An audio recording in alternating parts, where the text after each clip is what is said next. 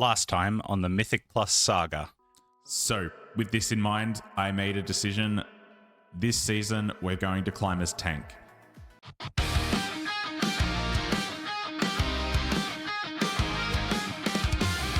Chapter 1 ended with 4 clear routes to the 0.1% summit. The plan was simple: climb as tank, map the path, and take as many people up the mountain with me as possible. And then early access dropped. The game is so laggy. I can't. Nah, this is fine. This is good. This is Nothing's working. Midnight officially launched. M0 farming was in full effect.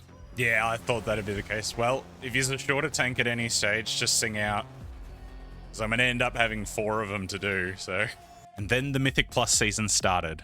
And before I knew it, I went from this to this. But I'm getting ahead of myself. Let's rewind.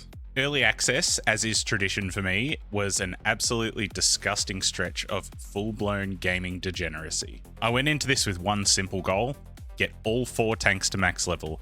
At this point, Brewmaster was still the spec I expected to lead the initial climb, but it was far too early to fully commit to anything.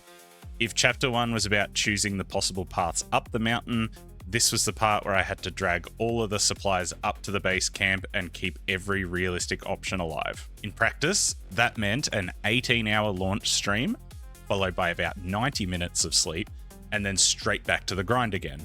Honestly, if my cricket captain hadn't messaged me asking me to come play, I probably would have just done another 18-hour stint.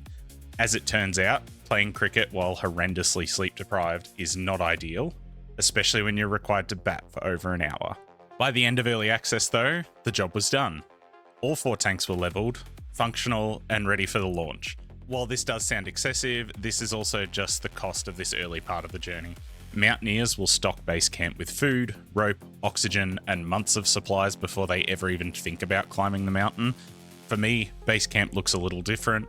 Basically just level up 4 tanks, keep them geared, and have them prepared ready to go when the real climb begins. Keeping these 4 routes alive was a smart play at the time.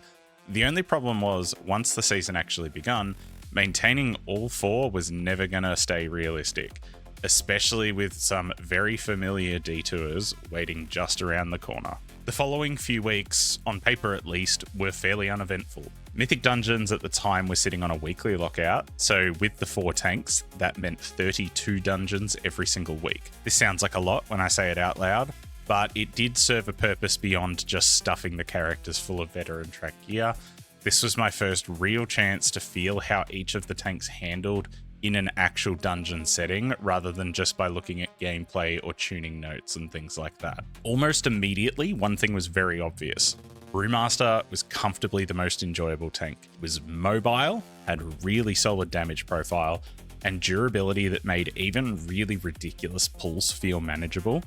I came into the season expecting Brewmaster to be good, so it wasn't a huge shock to me at all. But there is a big difference between predicting something to be good and then actually having it feel good when you do it. The more I played it, the more I felt like it was a genuine frontrunner. Protection Paladin, meanwhile, quietly forced its way into my second priority, though not really for the reasons you'd want. This is less about earning a position as the Mythic Plus tank, and more about the fact that I'd already committed to raiding as Paladin this patch, so it was an obligation more than anything. That said, Prot Paladin was doing some stupid levels of AoE damage, like genuinely outpacing DPS in most dungeons. The problem was though, is that it had a habit of just falling over. Great for making the meters look good, not really that ideal when it comes to surviving high-end keys in the future. The final 2 routes, Guardian Druid and Vengeance Demon Hunter, started slipping towards the back for different reasons. Bear was honestly hilarious early on. It was absurdly fun, and for a little while, it was doing damage that it had no business doing as a tank. The issue was that this was never going to last. The nerf bat was coming for Druid's head, so it was more of an enjoyable pastime while it lasted. VDH, on the other hand, was perfectly serviceable. It was reasonably sturdy, amusing enough to play, but it never really grabbed my attention, and realistically, it felt like Brewmaster just did everything a little bit better than it. So, after 3 weeks, all 4 tanks were geared, functional, and sitting in mostly veteran track gear. On the surface, everything looked good. The routes were still all technically open, the base camp was becoming well stocked, and the climb was moving exactly as planned. But As time went on, the cost of trying to maintain all of this all at the same time started to catch up. Up until this point, the climb had mainly just been labor work. Time consuming, yes, even mildly unhealthy, but still fairly simple. But then the raid opened, and the mythic dungeons changed to a daily lockout instead of a weekly lockout. All of a sudden, the expedition started to feel pretty intense trying to maintain 4 tanks. On paper, this was fantastic. Champion track gear was now dropping from M0s, which is a higher level than the veteran track gear we were getting the week before. And with daily lockouts, there was suddenly a huge amount of value to be gained from just spamming these dungeons. In practice, though, this is where maintaining 4 separate tanks became a little bit unrealistic. So the routes began to narrow. Guardian Druid, for all of the earlier nonsense, was already starting to look a lot less like a legitimate choice going forward, especially after repeated damage nerfs. Vengeance Demon Hunter hung around for a little bit longer, but mainly just on the fringes. It was serviceable, it felt okay, it's still there if needed, however not really a serious contender going forward. The real focus shifted almost entirely onto Brewmaster Monk and Protection Paladin. Brewmaster was for obvious reasons. It felt incredible. Every day I played it, that same thing kept getting reinforced. Mobility, sustained damage, very durable, and a general sense that it was just performing much better than every other tank.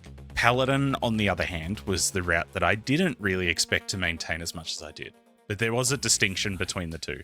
Because while Brewmaster was becoming more appealing from an actual Mythic Plus perspective, I was scheduled to raid on Paladin. So every time I logged on, there was a little bit of a split in priorities. The character I wanted to invest the most time into was my monk. The character I was socially obligated to invest my time into was my paladin. Unfortunately, responsibility usually takes the front spot.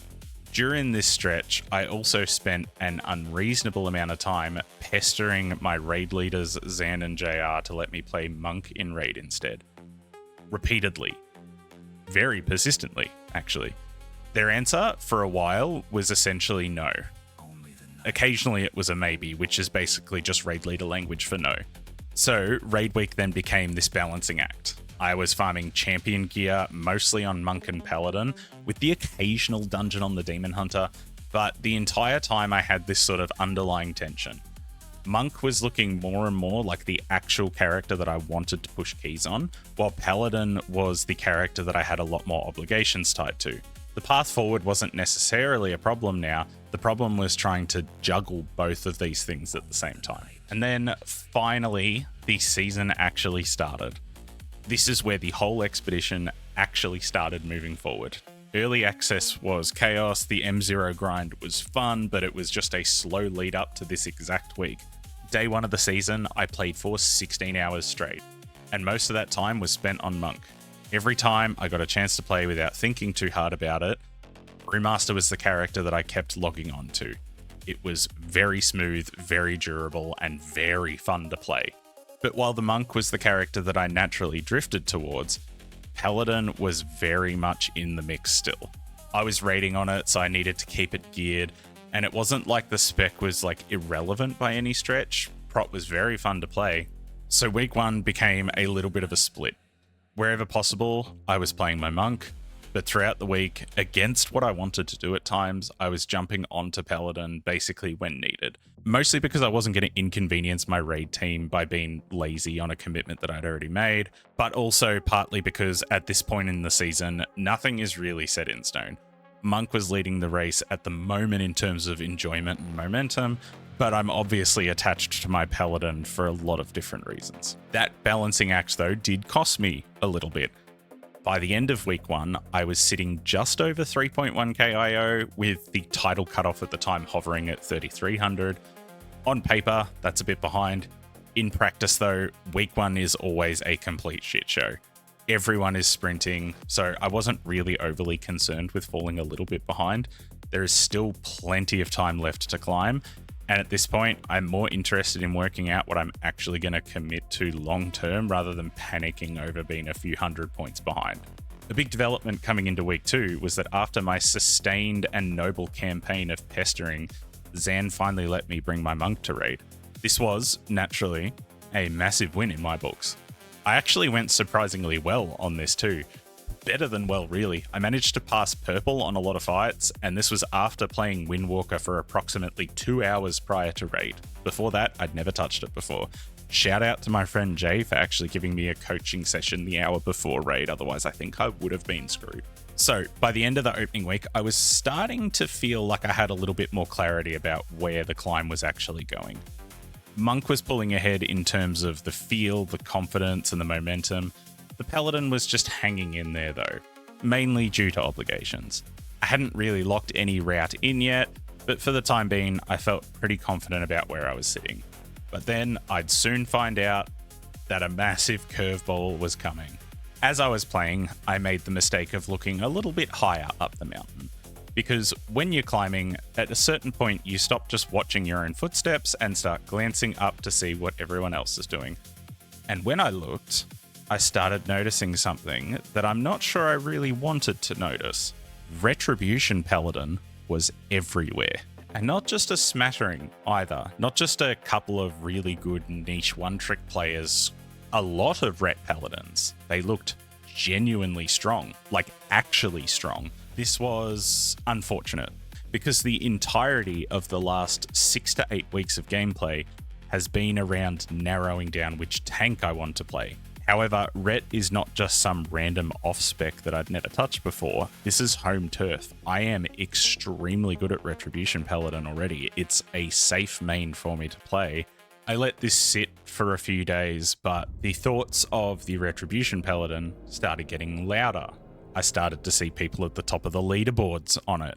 I saw Yoda go from a Prot Paladin main to a Ret Paladin. What if Ret Paladin is actually the play for once? So just as my choice of tank started to narrow down, this old familiar route started to open up to me. And at that point, I had to ask myself the question, was I actually going to climb as tank at all this season? I think you all know the answer to that.